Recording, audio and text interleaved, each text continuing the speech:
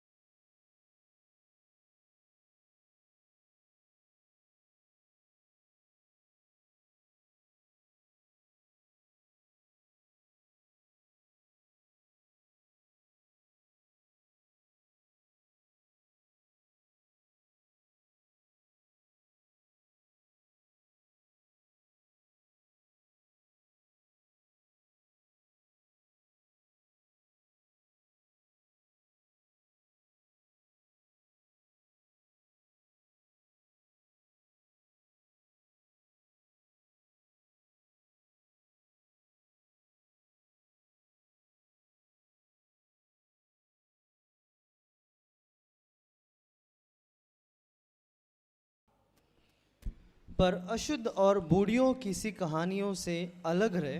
पर अशुद्ध और बुढ़ियों की कहानी से क्या करो?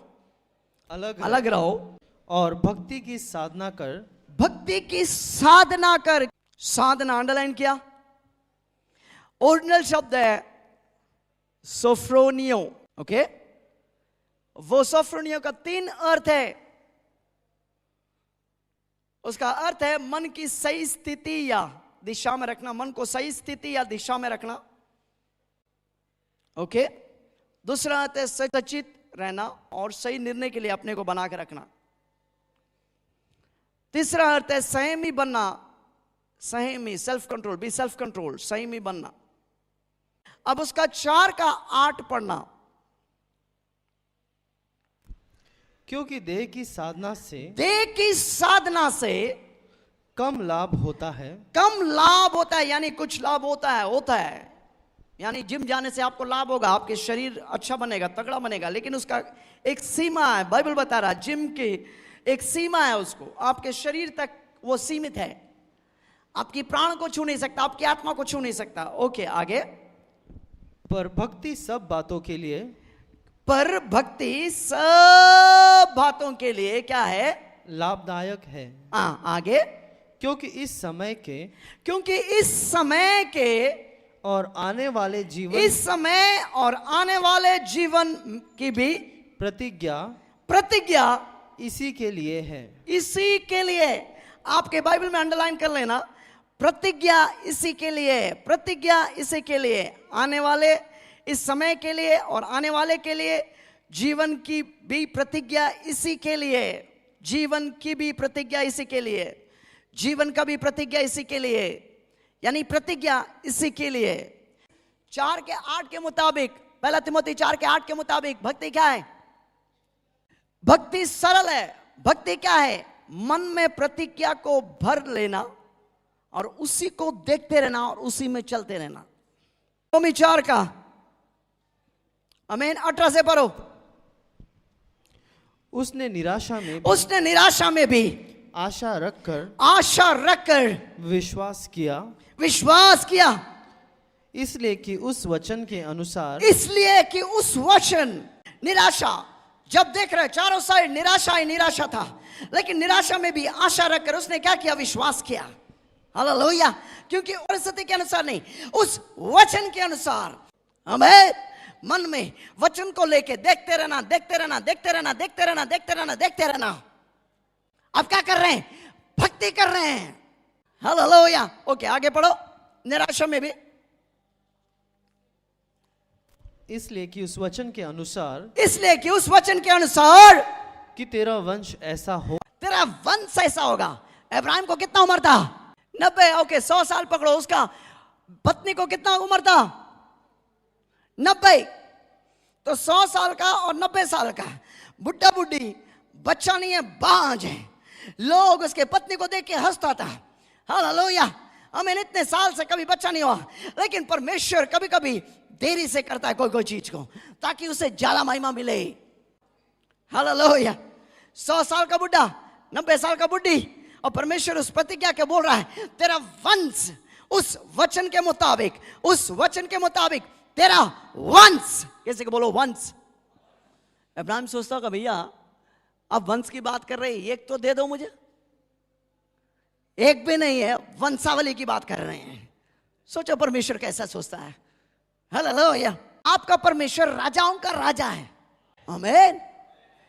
और सोचो राजा का सोच कितना बड़ा होता मालूम है? आपका परमेश्वर केवल राजा नहीं है, राजाओं का राजा है। हालेलुया। उसको पढ़ो, उसको पढ़ो, उसको जल्दी से पढ़ो। उसने निराशा में भी आशा रखकर विश्वास किया। एक मिनट वहां रुक जाओ। उसने निराशा में भी आशा रखकर विश्वास किया। इब्राहिम के विषय में बोल रहा है कि वो बुढ़ा 100 साल का, उसकी पत्नी जो है 90 साल का, और प्रभु से प्रतिज्ञा देता है कि मैं बच्चा दूंगा। इस सोचता नहीं यार मेरे कोख के द्वारा हो नहीं सकता है। प्रभु बोलता नहीं, मैं तेरे कोख के द्वारा मैं ये करूंगा कि तेरे कोख को तैयार करूंगा। तेरे पत्नी का कोख को जो 90 साल का था उसको मैं तैयार करूंगा, और तुझे मैं तैयार करूंगा, और तेरे बच्चों तेरे कोख के द्वारा मैं तुझे बच्चा दूंगा। आमीन। ये प्रभु की प्रतिज्ञा था। बाइबल बताती है वही बुढ़ा इब्राहिम क्या निराशा था। जब उसके पत्नी को देखता था वो निराशा में पड़ जाता था। वो अपने आप को देखता था, निराशा में पड़ जाता था। वो बोल रहा है कि निराशा में भी आशा रखकर परमेश्वर की प्रतिज्ञा पर वो संदेह नहीं किया। यानी जब परिस्थिति को देख रहा है वो अपने मन को भटका लेते थे, हटा देते थे। परिस्थिति अपने पत्नी को देख रहा है, उससे मन को हटा लेते थे। प्रभु की प्रतिज्ञा को सामने रखने लगा कि प्रभु ने मुझसे वायदा किया है मेरे कोख से, मेरे तन से बच्चा निकले, मेरे कोख से बच्चा निकलेगा, मेरे पत्नी के कोख से बच्चा निकलेगा। उस प्रतिज्ञा को वो अपने आगे रखता रहा, देखता रहा। निराशा में भी आशा रखकर वो विश्वास कर रहा है। आगे पढ़ो। कि तेरा वंश ऐसा होगा। तेरा वंश ऐसा होगा।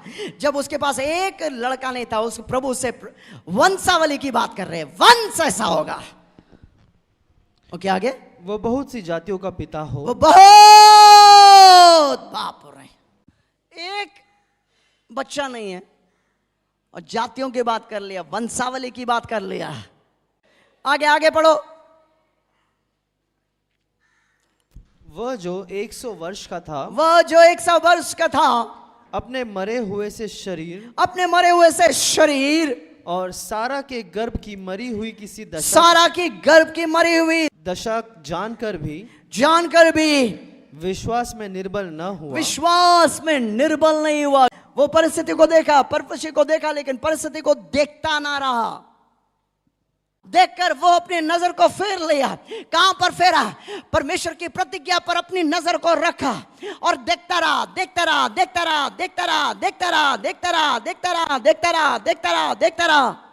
और एक दिन जो देखा वैसे हुआ।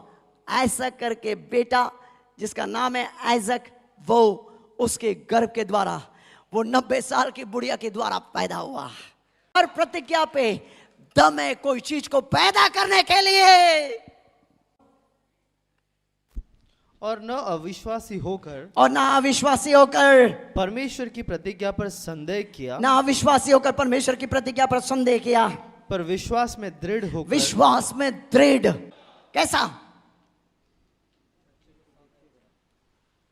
देखते रहो। और आगे लिखा है विश्वास में दृढ़ होकर परमेश्वर की क्या किया? महिमा किया। उसका मतलब तू जब प्रतिज्ञा पे दृढ़ हो जाता है, क्या होता है? परमेश्वर की महिमा था। आगे वचन पढ़ो। और निश्चय जाना जिस बात की उसने प्रतिज्ञा की जिस है, बात की उसने प्रतिज्ञा की, क्या होगा? वो उसे पूरा करने में भी आमीन, समर्थ है। हालेलुया। और निश्चय जाना कि जिस बात का वो प्रतिज्ञा किया वो उसे पूरा करने के लिए सामर्थ्य है, योग्य है। आमीन। आपने बाइबल को इस तरह पढ़ा कि कोई तेरा दोस्त ने जैसे आपको प्रतिज्ञा को वैसा समझता है। भैया, ये प्रतिज्ञा परमेश्वर ने किया, आसमानी बाप ने किया। जिसने वो किया है वो करने के लिए वो योग्य है, वो सामर्थ्य है। केवल तेरा काम क्या है? नजरों के सामने उसे रखे रहना, रखे रहना, रखे रहना, रखे रहना, देखते रहना, देखे रहना, रखते रहना, रखते रहना, देखते रहना, देखते रहना, उसी में चलते रहना। जब आप कर रहे हैं, सही भक्ति कर रहे हैं, जब आप सही भक्ति कर रहे हैं, बाइबल बताती है वो भक्ति तुझे हर बातों में क्या करेगा? लाभदायक है।